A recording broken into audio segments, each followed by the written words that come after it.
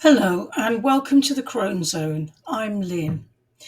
In my most recent video on the Jupiter-Uranus conjunction, I made reference to the energy of the crone, of the power of the crone, which I thought was a very key element in our way forward. And because of that, I thought I'd depart from the norm today and dedicate this particular video to an account of my own initiation into being a crone, which I would say happened 10 years ago. I've been a crone in the sense of past the menopause for quite a bit longer than that. But in terms of initiation into an actual period of life which I would identify as cronehood, I would say that was 10 years ago. And I'd like to share with you how that initiation went for me. In our modern Western society, we lack rites of passage at all stages of human life. We don't really have the rituals, the coming together of society, the traditions that steer people through really key and important points in their life. Adolescence, for instance, a key change. No rituals to see us through that at all. Birth and motherhood, again, no rituals to see us through that. The menopause, again, there are no rituals. And much earlier than the menopause, of course, the menarche, the beginning of periods, no ritual for that. So these great key moments of experience in life, and we have no rituals for them. Our loss, I feel, we're not tapping into the experience of all those people who've gone before us and their traditions and knowledge. And we're not tapping into the huge support that we can get from the group.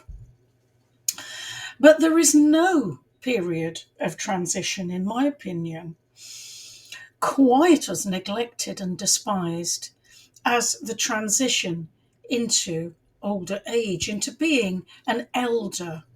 In fact, we've really lost the word elder, which seems to imply with it some degree of wisdom. We just talk about the elderly in rather scathing terms. So, this is the story of how I was initiated into being a crone. Now, of course, I know that it's possible for people to seek out special initiation with other groups, and there may be groups of people who are working precisely on these transitions and dedicated to that and trying to enrich our human experience of these important portals that we go through in our lives. My experience was not one of those.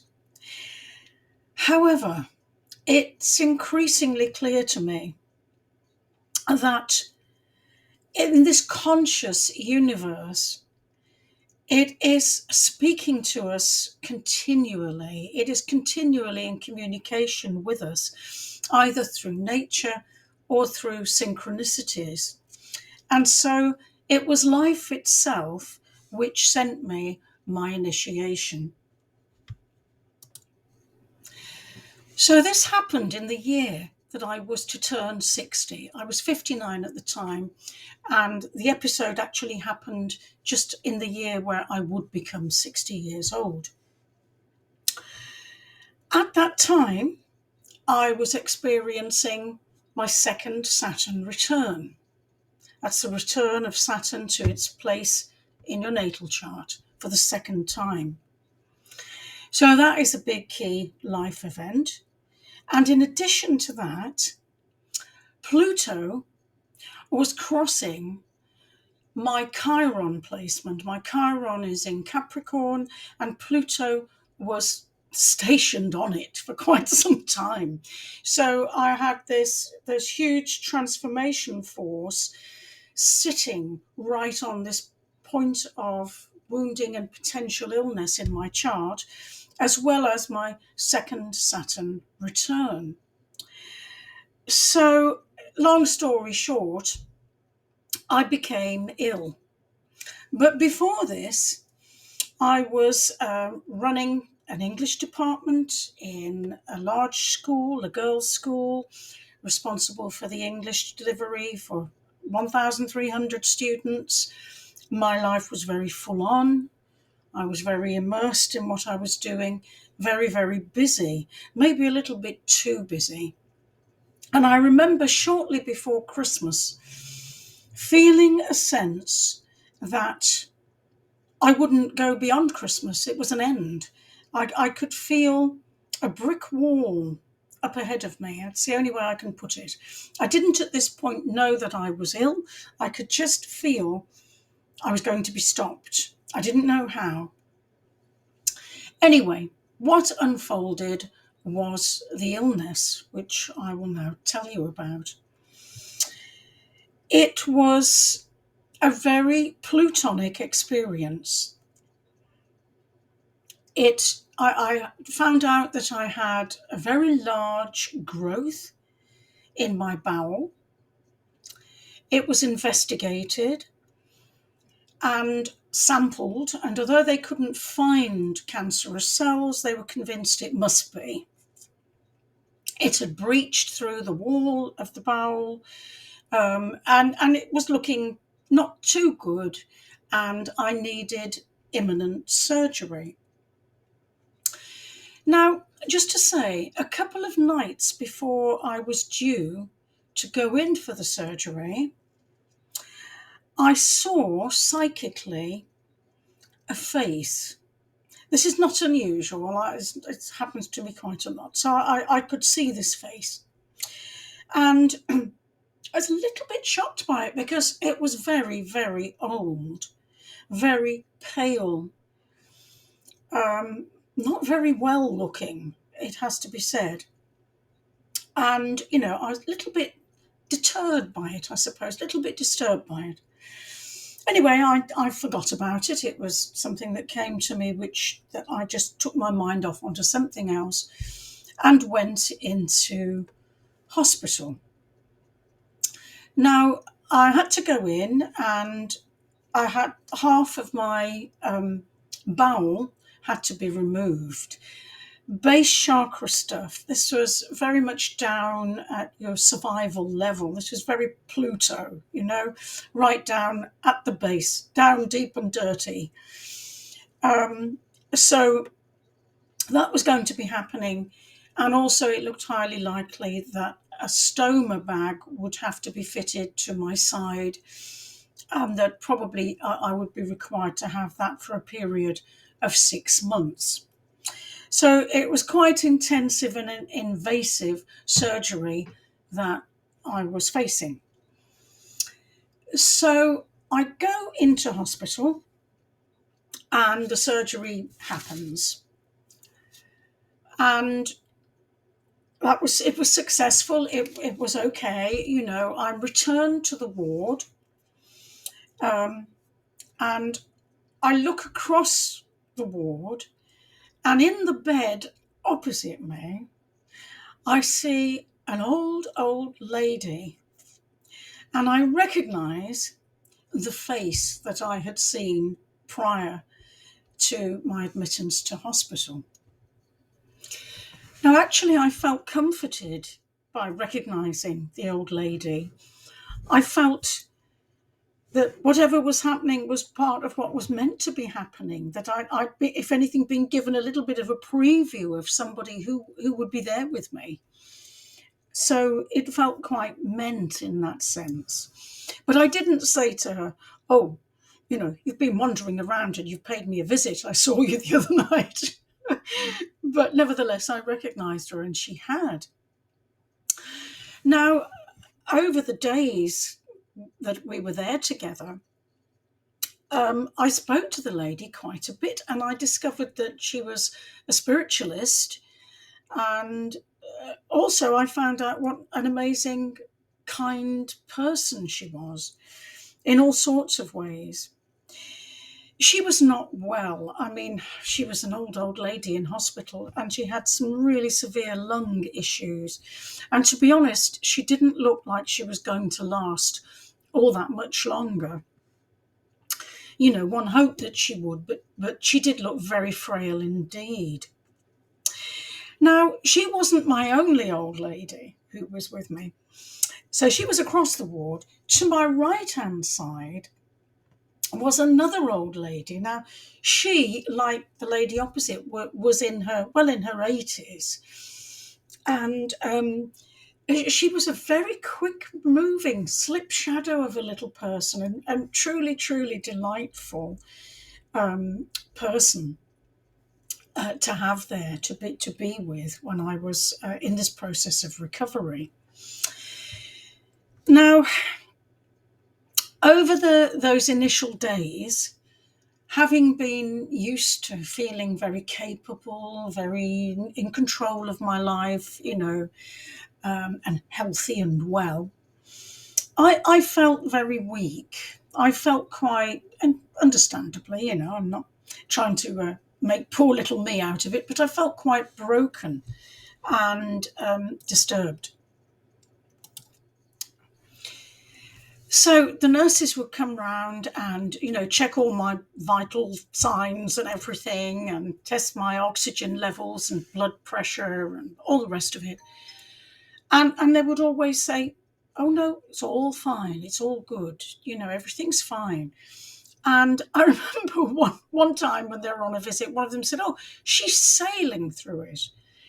And at that point, I felt so totally weak and wiped out. I remember thinking, if this is sailing, I'm on a boat cruise on the River Styx. This does not feel good. Apparently, of course, it could have been so much worse for me. I don't know how bad it is for people who are not, who are not rallying like that. I can only imagine. So we can throw into the mix that it was to be another full 2 weeks before I actually received notification that I didn't have cancer. So at this time, it looked pretty certain that I did, and they were treating me as if I did. So just to throw that in, and there's something about that not knowing as well, which feeds into the bigger picture here. So I'd like to sort of keep that floating, if I may. So back to the two old ladies. I'll tell you their names. The lady opposite was Myra. The lady to my right was Iris. Those were their names. So I remember at one point not feeling very well and pulling on my eye sheet, my blindfold, and hunkering down into the bed and just going to sleep, just to escape for a bit and, get out of it and sleep it away for a while. And when I woke up from that, I found Iris across the way was watching me. She was watching me quite intently. So I woke up and, there she was. She was always sitting up. They didn't really let her lie down. I think that was because of her lungs. And she said to me, "Do you feel a little bit better now?" And I thought about it and I thought, yes, I do. There was a kind of warmth that spread and I did feel better. It didn't feel as painful and I definitely felt a little bit better. And then she said to me, she said, "I could see you were in pain." She said, "You didn't look well at all." She said, "And I asked for healing for you while you slept. I asked for that for you, for healing." So there I was with this immense good fortune to be in a hospital ward, in a bed, opposite a woman who was a spiritual healer and who was sending me healing. Now, she couldn't heal herself, obviously, but it was the fact that, old as she was, in a fix herself, far from feeling good, I'm sure, but from that place, she still extended that healing to me. I remember one night, they would draw the curtains around the beds for us at night time for us to sleep. And I can remember one night my curtains were drawn, and I finally was not alone, but I was private, if you like. And I just became overwhelmed in a way with the physical dimensions of what had happened to me. I didn't recognize my body. My stomach was held together with metal staples, and this bag was on my side, and it looked very alien. It looked very strange, and I wasn't used to it, and I found it disturbing. And also still felt weak and low. And I can remember just thinking, oh, now the curtains are drawn. And I lay there and, I felt weak and I cried. I didn't cry loudly. I was crying softly behind the curtains, just letting that go a little bit. I hear a rustling, and the little lady from my right slips in to my bed. There's a chair at the side of my bed. She says nothing to me. She just sits with me and holds my hand. No word said. She's just there. I'm here. I've got your hand. You're not alone. I'm with you. And that was incredibly supportive. And again, incredibly generous, because this lady herself had nearly bled to death not that many days before. I was supported by my family, by my loved ones. I was supported by the skill and care of the hospital staff. But most especially, very significantly, I was supported by the old ladies in a way that it's very hard for me to even articulate quite what they did for me. There was with them a sense of you accepting what is. Not question it, you accept what is.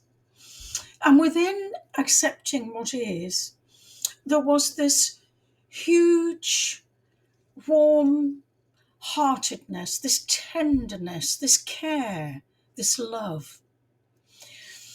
It seemed that all of the ego in them had just been burned away. It had gone.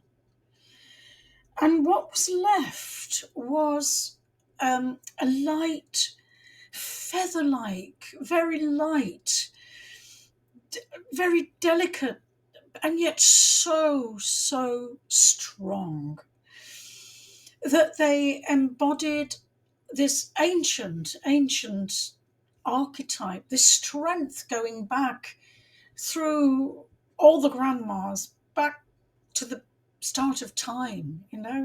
That's how it felt. And I felt that that somehow, without speaking about it, put a safety net under me and held me. It's the only way I can put it. And what they were and their energy was truly remarkable, very deep, very ancient, and with boundless strength, and yet so soft. So soft. And I don't think I realised at the time that that was my initiation into being a crone. But I see now, 10 years later, it very clearly was. And I'd just like to make a comment on their names. Iris, of course, is the rainbow, and we know it's the rainbow bridge that links heaven, the afterlife, and this world. It's a bridge between the realms, between the worlds. And Myra the other lady, the lady who healed me, the Myri were the fates. So life was spelling it out loud and clear. It was fate. And there I was with them both. There's a wisdom that comes to some people when they're right in the line of fire, when they're right on the brink, when they're facing death, when they're lined up and ready for transition. An amazing ability to be with what is, to stay in a space where there aren't answers necessarily, to accept the mystery, to accept things as they are, and just to hold true to the heart. And that was the message of the Crones for me. I hope this video has been of interest to you, and I'll leave my story there for today. Thank you.